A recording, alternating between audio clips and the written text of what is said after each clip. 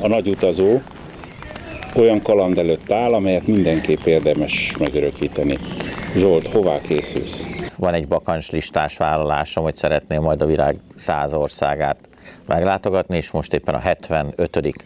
országba készülök, ami a varázslatos Guatemala lesz. Az utazás mióta kísér, mióta az életed része, mióta vált szenvedélyé?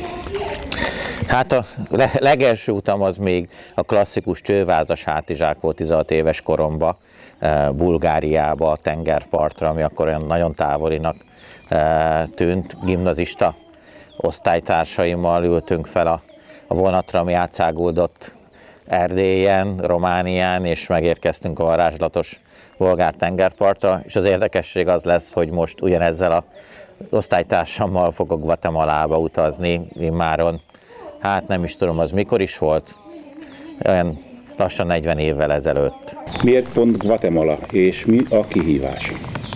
A fantasztikus barátommal, Szabó Zoltánnal többször utaztam már, és az utolsó utunkon megígértem neki, hogy ha visszamegy Közép-Amerikába, akkor elkísérem, és most jött el az ideje, úgyhogy irány Guatemala. Mit szeretnétek megnézni? Mi az, amit mindenképp látni szeretnél? Ez egy viszonylag hosszú program lesz, 2,5 hétre megyünk. Az egyik fontos része az a húsvéti körmenetet mindenképpen szeretnénk megnézni. Meg fogjuk látogatni a Fuego vulkánt, a mai napig működő vulkánt. Egy sorozatot szeretnék elindítani a jövőben az utazásaimról. Ennek a címe az lenne, hogy Utak térben és időben. Ugye azért adtam neki ezt a címet, mert hogy nagyon-nagyon gyakran olyan helyekre utazom, ahol egy időutazással is felér, mint hogyha visszamennénk a múltba. Tehát rendkívül érdekes helyekre szeretnék még majd eljutni veletek együtt, illetve ugye az első résznek, amit most elkezdtünk forgatni, na pedig az lenne a cím, hogy akit a vulkán füstje megcsapott, és kövessétek majd kérlek benneteket az útjaimat.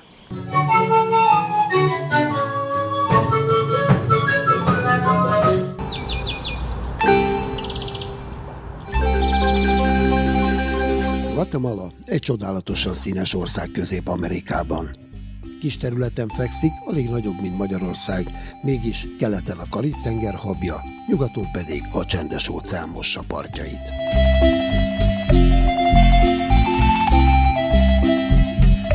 Utazásunkat az Atitlán-tónál kezdjük. Ez a kékvízű tó területileg mintegy 1/4 a mi Balatonunknak. Körülötte óriási vulkánok magasodnak, időnként egyet-egyet pöffent a Tolimán, a San Pedro és az Atitlán. Partja mentén végig kis indián települések sorakoznak. Panajachel, Santa Catarina, San Marcos, San Juan, San Pedro. Mindegyik a maga kis színes világával az indián kultúra őrzője.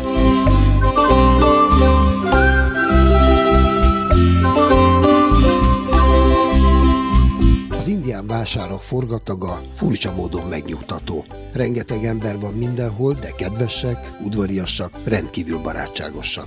Büszkén hordják helyi viseletüket, amelynek színe megmutatja, hogy ki melyik településről érkezett. Ha bátrak vagyunk, felkapaszkodhatunk egy-egy teherautó platójára, és úgy járhatjuk be a településeket. De használhatjuk akár a számunkra kicsit túldíszítettnek, mondhatnám akár csicsásnak tűnő buszokat az utazásra.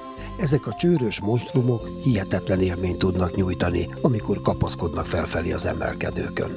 Ám aki éppen elég erősnek és fitnek érzi magát, felmászhat az egyik óriás csúcsára, és onnan élvezheti a napfelkeltét.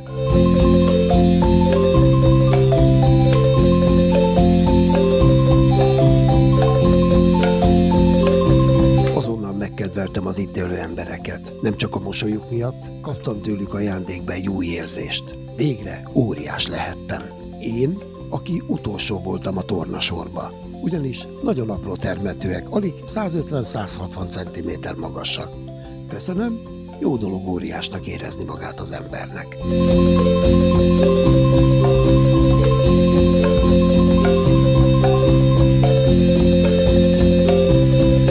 San Pedro az itteni terület buli fővárosa. Rengeteg fiatal látogatja, jó rész hátizsákos turisták, mivel éttermek, bárok, szórakozóhelyek sokasága van a településen.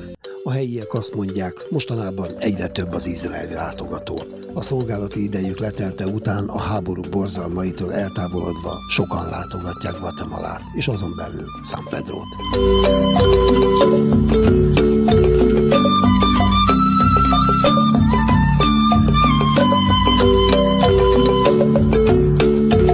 A színek az indián kultúrában rendkívül fontosak. Nem csak az öltözetben vagy a házak falán jelenik meg, hanem a temetőkben is. Számukra talán furcsa módon a temetőik is ezer színben pompáznak. Sokan úgy is hívják őket, a mosolygó temetők.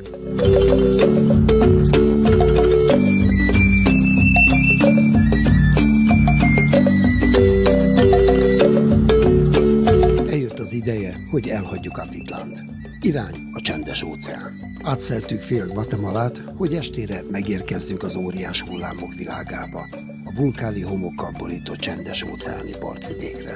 A szállodasorok helyett kis bungallók szegélyezik a Beachet, hogy befogadják a világ minden részéről ideérkező fiatal szörfösöket. Kora hajnaltól késő estig csodálhattuk akrobatikus mutatványaikat.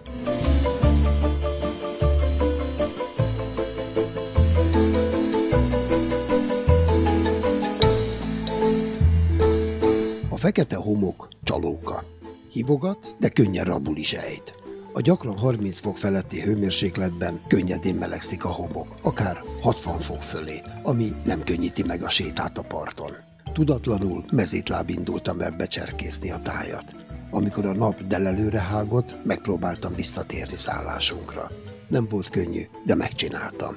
Szó szerint égett a talaj a lábam alatt.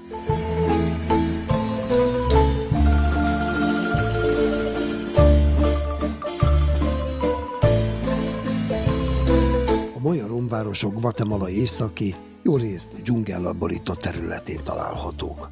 Így az óceán partja után egy rövid repülőút következett Floresbe. Ez a kis 15 000-es városka a Petén-Itzá-tó szigetén fekszik. Innen indul minden túra az országrész nagyszámú nemzeti parkjába.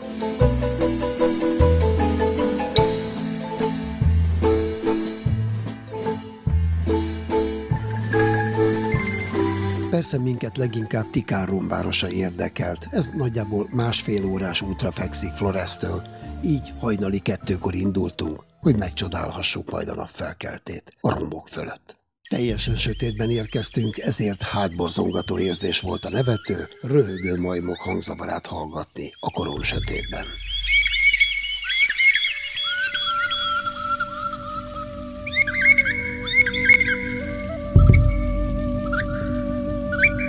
Nem csodálom, hogy aki még soha nem volt dzsungelban, rettegéssel hallgatta ezeket a hangokat.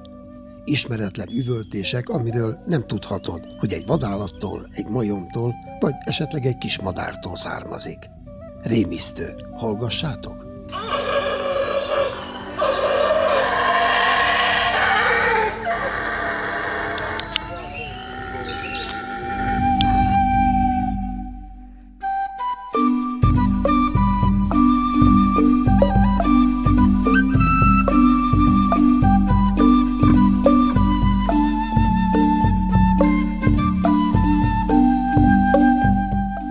Tikal igazi rejtélyes szeglete a világnak. Az ősi maja főváros romjai végtelen sorokban sorjáznak a dzsungelban.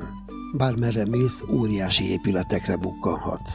Rengeteget felfedtek már közülük, de a helyiek azt állítják, az ősi város 80%-a még feltáratlan.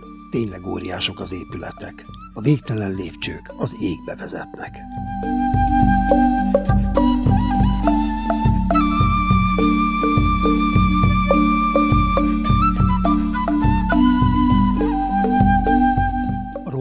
Persze nem lehet felmászni. A helyiek féltve őrzik őket. Viszont a legdaliásabb épületek mellett ácsolt lépcsősorok vezetnek fel a felhők magasságáig. Odafönt, a lombkoronák felett lélegzet visszafolytva bámulhatod a napfelkeltét. Nagyon furcsa érzés. Ott ülsz csendesen, elmélkedve, és nézed a tájat. Elmélkedsz azon, hogy itt évszázadokkal ezelőtt sok millió ember élt.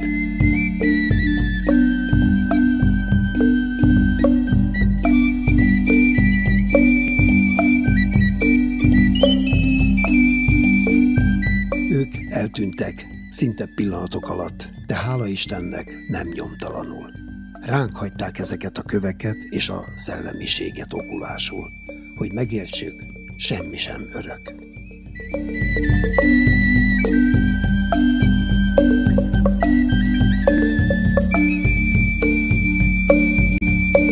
Tikal után Antigua felé vettük az utunkat.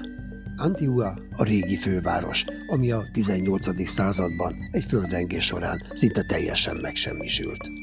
Akkor kezdték el építeni a mai fővárost, Guatemala Cityt, de Antiguát nem hagyták magukra az emberek.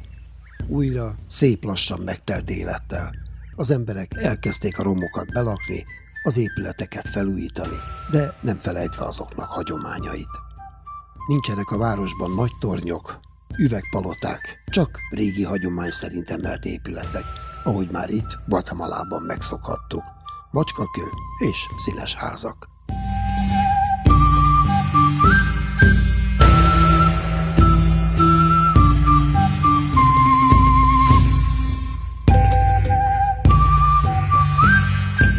Antigua mellett található a következő fontos célpontunk, Fuego. Fuego egy mai napig működő aktív vulkán. Az emberek, akik itt élnek, már megszokták, ad és elvesz. Lejtőin ültetvények találhatók mindenfelé, tehát ad. És amikor kitör, akkor sokszor elvesz. 2018-ban majdnem 500 ember halt meg, vagy tűnt el, amikor az utóbbi időszak legnagyobb kitörése volt.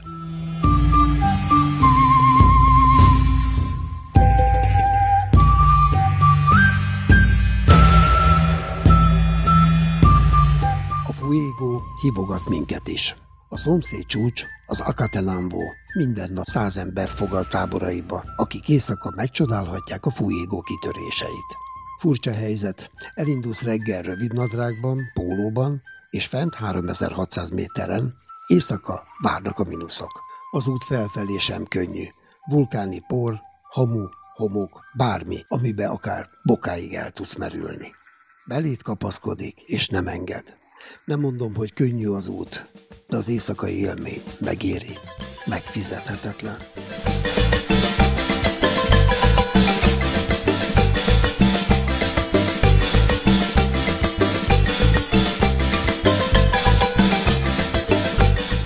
Guatemala soha nem felejtős hely. A kis indián falvak, az óceán óriás hullámai, Antigua színes házai, a Fuego pöfögése, Tikal örök romjai, mind-mind olyan élmény, amit soha nem fogok elfelejteni.